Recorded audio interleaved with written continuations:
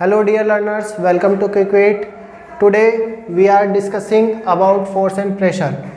So हम daily to daily life में कई बार सुनते हैं कि फोर्स, इतना फोर्स लगाया है तब जाके इतने फोर्स का इंजन है, या इतने हॉर्स पावर लगा, इतने हॉर्स पावर की अपनी मोटर है, या फिर इतना प्रेशर लगाया, एटमॉस्फेरिक प्रेशर इतना है कि लिक्विड का इतना प्रेशर है, सो एटसेट्रा जो भी है। तो ये आखिर फोर्स और प्रेशर होता क्या है, मीन क्या होता है? देखिए फोर्स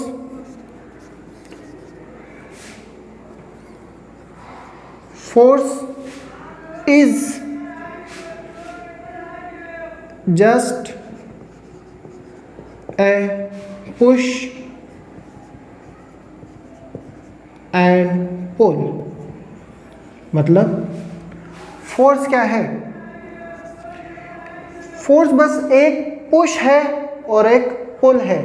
मतलब क्या हुआ कि अगर सपोज कीजिए, मान लीजिए अगर कोई भी अलमारी है, जैसे कि कोई अलमारी है और हमको खिसकानी है, तो हम क्या करेंगे, उसको पुश करेंगे। तो यानी कि वो क्या होगा, एक जगह से दूसरी जगह पर क्या हो जाएगी, डिस्प्लेस हो जाएगी। मतलब वो एक जगह से दूसरी जगह पर स्थापित हो जाएगी, यानी कि हम उसको क्या कर रहे हैं, पुश कर रहे हैं। और ऐसे ही पुल यानी खींचना। जैसे कि गाँवों में कुएं से जब औरतें पानी भर कर लाती हैं, या फिर कुएं से जब अपन पानी खींचते हैं, तो क्या करते हैं, रस्सी को हम खींचते हैं, यानी कि हम फोर्स लगा रहे हैं उसको। और जब हम फोर्स लगाकर जब उस रस्सी को खींचते हैं, तो उससे क्या होता है, पानी कुएं से बाहर आता है। तो force is just a push और पुल। तो बस यही है। अब इसमें एक फोर्स क्या क्या कर सकता है? ए फोर्स कैन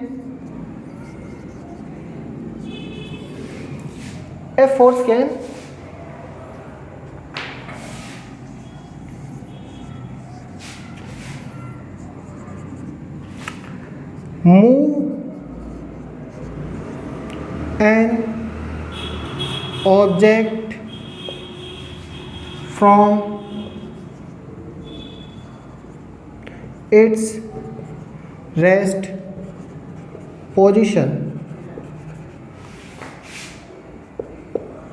मीन्स मतलब क्या होगा, a force can move an object from its rest position. मतलब अगर जैसे कोई भी फोर व्हीलर है, वो चलते चलते रुक गई, मतलब या वो रेस्ट में हो गई, तो अब क्या करना पड़ता है, उसको धक्का लगा रहे हैं हम। यानी कि जैसे कोई भी फोर व्हीलर है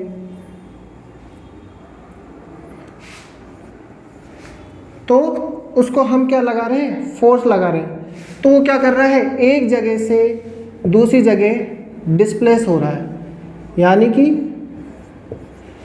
वो एक जगह से दूसरी जगह मूव हो रहा है। Second,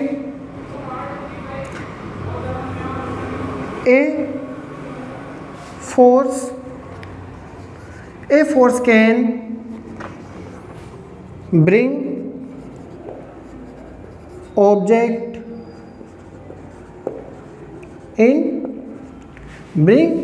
in rest. यानी कि एक फोर्स अगर वो चलती रुकी हुई वस्तु को चला सकता है, तो वो चलती हुई, यानी कोई ऑब्जेक्ट मूव कर रहा है तो उसको रोक भी सकता है। जैसे हम रोज जैसे क्रिकेट खेलते हैं, तो क्रिकेट में अगर क्रिकेटर ने जैसे कोई शॉट मारा, तो फील्डर क्या करता है, जब वो बॉल पास में आती है तो फोर्स लगाकर उसको या तो कैच करता है या फिर उसको रोकता है। यानी कि जैसे कोई भी मूव कर रही है, बॉल मूव कर रही है,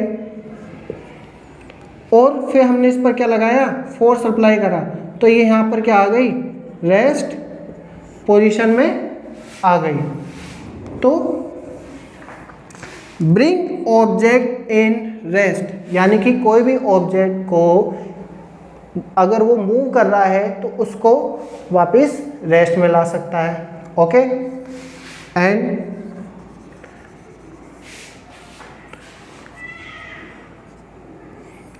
change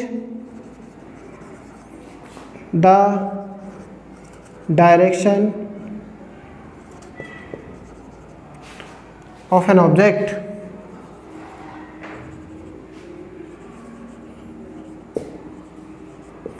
means change the direction of an object। जैसे कि अब वापस अगर हम क्रिकेट की बात करें तो जैसे कि एक बॉलर ने बॉल कराई, यानी कि वो बॉल करा रहा है, ठीक है, टिप खाई, और जैसे ही वो बैट्समैन के बल्ले पर टच होएगा, ठीक है, तो बैट्समैन क्या करेगा, बैट्समैन फोर्स लगाएगा और उसकी डायरेक्शन को चेंज करेगा। आई बात समझ में? या फिर अगर कोई भी बॉल फॉरगेट इट, मतलब जैसे बॉल आई तो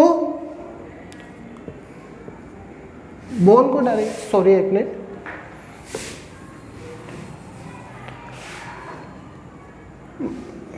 मान लीजिए कोई बॉल रोल कर रही है,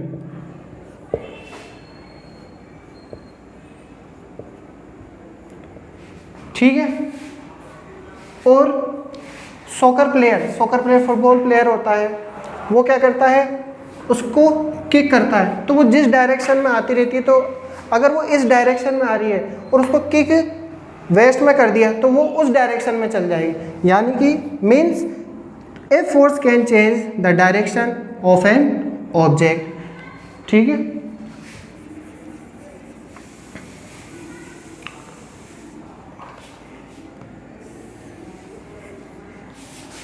और क्या कर सकता है force?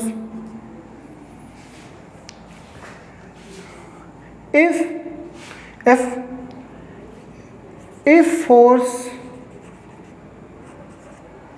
applied in same direction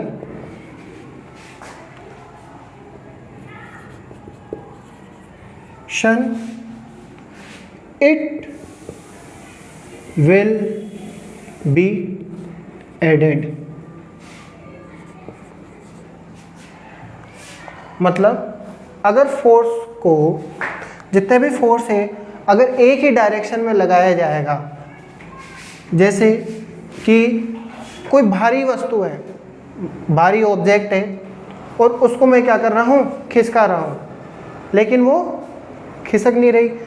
for example वापस अगर हम कार की बात लें तो अगर एक कार है, वो क्या हो गई, चलते चलते रुक गई, अब मैं उतरा और मैंने क्या किया, उसको पुश करना स्टार्ट करा, तो मैं उस अकेले से नहीं सरक रही। फिर मैंने हेल्प के लिए और किसी व्यक्ति को बुलाया और कहा कि प्लीज़ हेल्प मी, तो वो क्या करेगा, अब पहले मैं अकेला फोर्स लगा रहा था, यानी कि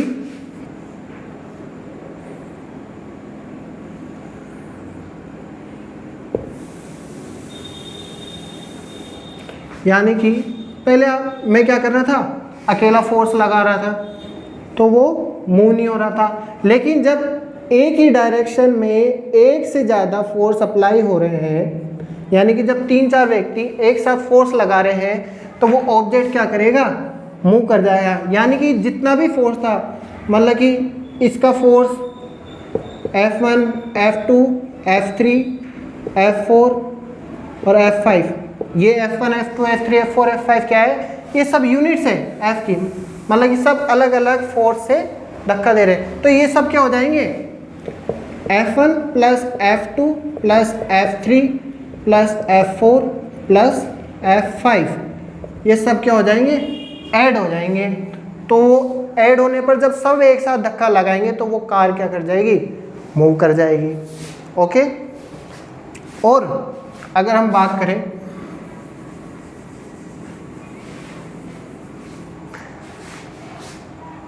and if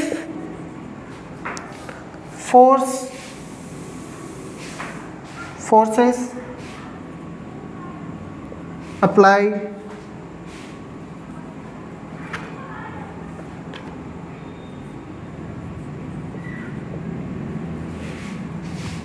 in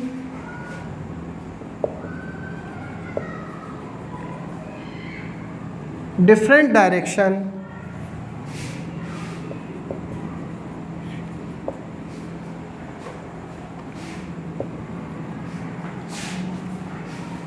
it will be subtracted। मतलब क्या होगा कि जैसे कि हम स्कूल्स में एक गेम होता है रस्सा खींचने का, रोप पुलिंग। मतलब कि उसमें क्या होता है कि 10 पार्टिसिपेंट्स लेफ्ट साइड होते हैं और 10 पार्टिसिपेंट्स राइट साइड होते हैं। जैसे कि एक रस्सा होता है, एक लाइन होती है और इधर रिबन बना हुआ होता है, ठीक है। तो 10 पार्टिसिपेंट्स इधर होते हैं और 10 पार्टिसिपेंट्स इधर होते हैं, मतलब लेफ्ट साइड और राइट साइड। तो उसमें क्या होता है, जो लेफ्ट साइड वाले पार्टिसिपेंट्स होते हैं वो रस्सी को लेफ्ट साइड खींचते हैं और राइट साइड वाले उस रोप को राइट साइड खींचते हैं। तो राइट साइड वाले इस डायरेक्शन में फोर्स लगा रहे हैं और लेफ्ट साइड वाले में इस डायरेक्शन में फोर्स लगा रहे हैं। अगर वो सेम फोर्स, अगर बात करें जितना फोर्स लेफ्ट साइड वाले लगा रहे हैं और उतना ही फोर्स अगर वो राइट साइड की तरफ लगा रहे हैं, ओके, तो वो क्या होगी, रस्सी बिल्कुल अपनी जगह पर ही रहेगी। आई बात समझ में? जैसे हम छोटे बच्चे करते हैं, जो घर में जैसे 2 बच्चे हैं, ठीक है, हमने क्या करा कि उनको एक बेट ला के दे दिया, उन दोनों बच्चों के बीच में एक बेट ला के दे दिया। अब क्या हुआ कि पहला बच्चा बोलता है नहीं मैं ले आऊँगा, दूसरा बच्चा बोलता है नहीं मैं ले आऊँगा। तो वो क्या कर रहे हैं, अलग अलग डायरेक्शन में या फिर अपोजिट डायरेक्शन में वो उसको खींच रहे हैं। अब जो पावरफुल होगा वो क्या करेगा, उसको खींच लेगा। यानी कि मतलब F1 इधर लगाएंगे और F2 इधर लगाएंगे, तो जो if F1 greater than F2, अगर F1 बड़ा होगा तो वो बैठ के किसके पास जाएगा, दूसरे वाले बच्चे के पास। और F2 अगर यानी कि F2 वाला फोर्स ज़्यादा लगाएगा तो वो बैट उसकी तरफ जाएगा। होता है कई बार बच्चों में ऐसा हो जाता है, ठीक है। तो यानी कि if forces apply in different direction it will be subtracted, okay. And last thing, a force can change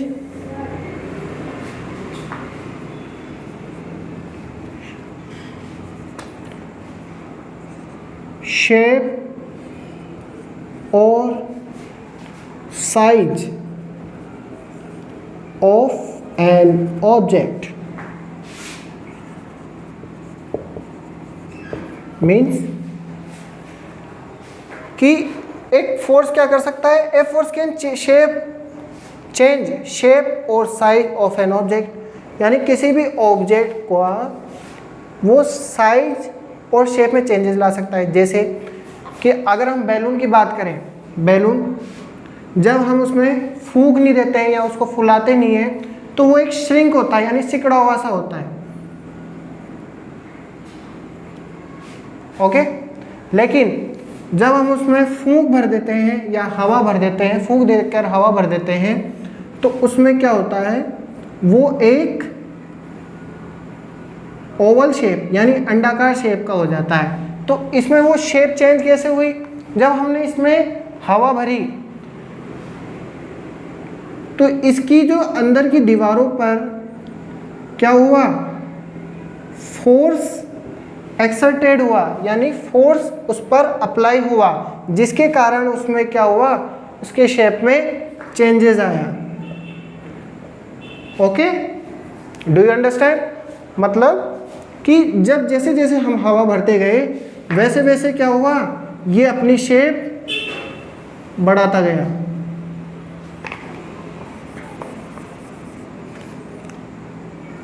और इसकी अंदर किस तरफ फोर्स अप्लाई होता गया और वो शेप बढ़ता गया और गुब्बारा क्या हुआ, फूलता गया। Okay,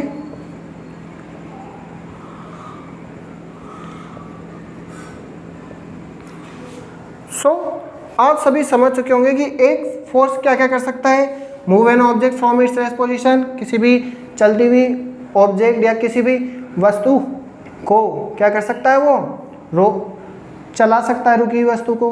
bring object in A rest, यानी किसी चलती हुई वस्तु को रोक सकता है। Change the direction of an object, किसी भी ऑब्जेक्ट अगर कोई मूव कर रहा है तो उसकी डायरेक्शन को चेंज कर सकता है। If force apply in the same direction it will be added, अगर एक ही डायरेक्शन में बहुत सारे फोर्स अप्लाई हो रहे हैं तो वो सारे फोर्स क्या हो जाएंगे, ऐड हो जाएंगे।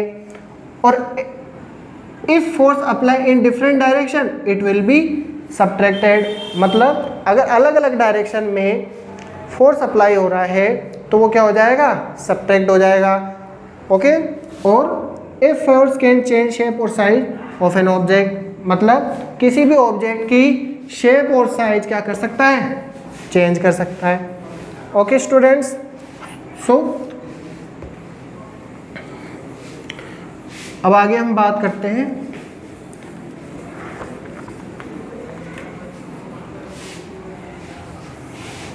इसके फॉर्मूले की।